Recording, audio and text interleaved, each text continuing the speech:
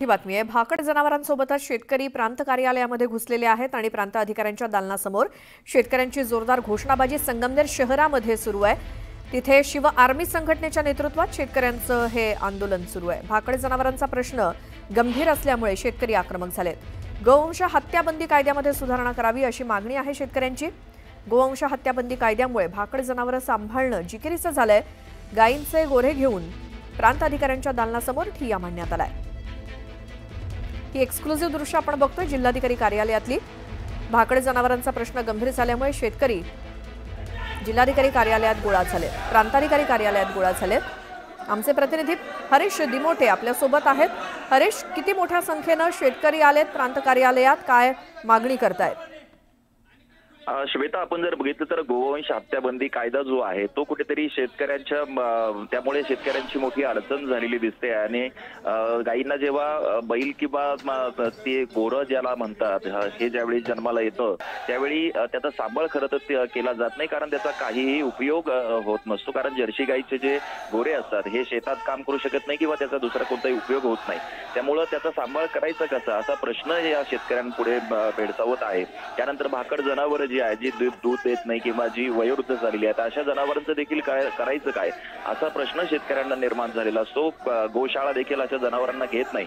त्यामुळे कुठेतरी हा जो गोवंश हत्याबंदी कायदा आहे यामध्ये सुधारणा केली जावी आणि जी भाकड जनावरे आहेत किंवा ही जी बच्चे आहेत गोरे यांच्याबद्दलचा जो निर्णय आहे तो मागे घेतला जावा अशा प्रकारची जी मागणी आहे ती करत आज शिवआर्मी शेतकरी संघटनेचे जे सगळे कार्यकर्ते आहेत, शेतकरी आहेत किंवा इतर पक्षाचे कार्यकर्ते देखील या आंदोलनामध्ये सहभागी झालेले आहेत। संगमनेर मधील प्रांत कार्यालयाच्या समोर खरं तर हे आंदोलन सुरू होतं, मात्र कोणतीही दखल प्रशासनाकडनं घेतली जात नसल्याचं बघून आता हे सगळे आंदोलक जे आहेत ते थेट आतमध्ये प्रांत कार्यालयामध्ये घुसलेले आहेत आणि प्रांत अधिकाऱ्यांच्या दालनासमोर आता हे ठिय्या आंदोलन सुरू आहे आणि सरकारकडे ही मागणी करत आहेत की हा जो गोवंश हत्याबंदी कायदा आहे यामध्ये सुधारणा केली जावी। श्वेता, बिलकुल हरीश, धन्यवाद या माहितीसाठी। तर भाकड जनावरांचा प्रश्न आणि याच प्रश्नांसंदर्भात आज प्रांत कार्यालयात संगमनेरमध्ये शेतकरी मोठ्या संख्येने जमा झाले। आणखी एक बातमी आहे, भिवंडीतनं 32 कोटींचे ड्रग्ज जप्त करण्यात आले। 16 किलोंचा एमडी ड्रग्ज जप्त केलाय। ठाणे पोलिसांनी भिवंडीमध्ये केलेली ही कारवाई। अवजड माल वाहतुकीच्या आड ही तस्करी सुरू होती आणि भिवंडीतनं पोलिसांनी 32 कोटींचे ड्रग्ज म्हणजे 16 किलोंचा एमडी ड्रग्ज जप्त केलंय। ठाणे पोलिसांनी भिवंडीमध्ये ही कारवाई केली। अवजड माल वाहतुकीच्या आडून ही ड्रग्जची तस्करी सुरू होती। अधिक माहितीसाठी जाऊयात आमचे प्रतिनिधी अजित मांढरे यांच्याकडे। अजित, पोलिसांनी कधी आणि कशी केली आहे ही कारवाई?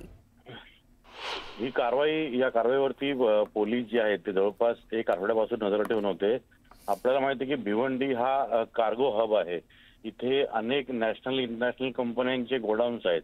संपूर्ण देशभरातून इथं मोठमोठ्या वस्तू ज्या आहेत किंवा गुड्स जे आहेत ते उतरवले जातात।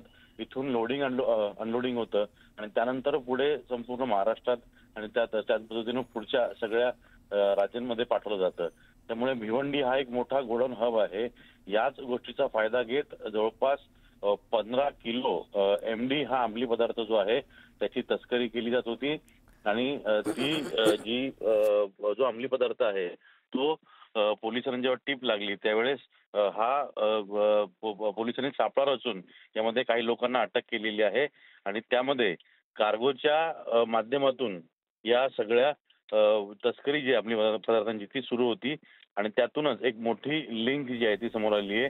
नेमकं हे अंमली पदार्थ यांनी कुठून आणले होते, कशा रीतीनं या अंमली पदार्थांमध्ये वेगवेगळ्या ज्या तस्करींच्या गँग्स आहेत नॅशनल इंटरनॅशनल त्यांच्या कशा लिंक्स आहेत याचा तपास पोलीस करतायत। पण ठाण्यामध्ये मोठ्या प्रमाणामध्ये अशा रीतीनं अंमली पदार्थांची कारवाई ही जी आहे ती केली गेलेली आहे आणि त्याच पार्श्वभूमीवरती थोड्याच वेळात ठाणे पोलिसांची एक पत्रकार परिषद जी आहे ती होईल आणि या पत्रकार परिषदेमध्ये स्पष्ट होईल की नेमकं ही जी अंमली पदार्थ पकडलेले आहेत त्यांची लिंक पर्यंत आहे। बिलकुल, या पत्रकार परिषदेकडे आपले लक्ष असेलच। अजित, धन्यवाद या माहितीसाठी।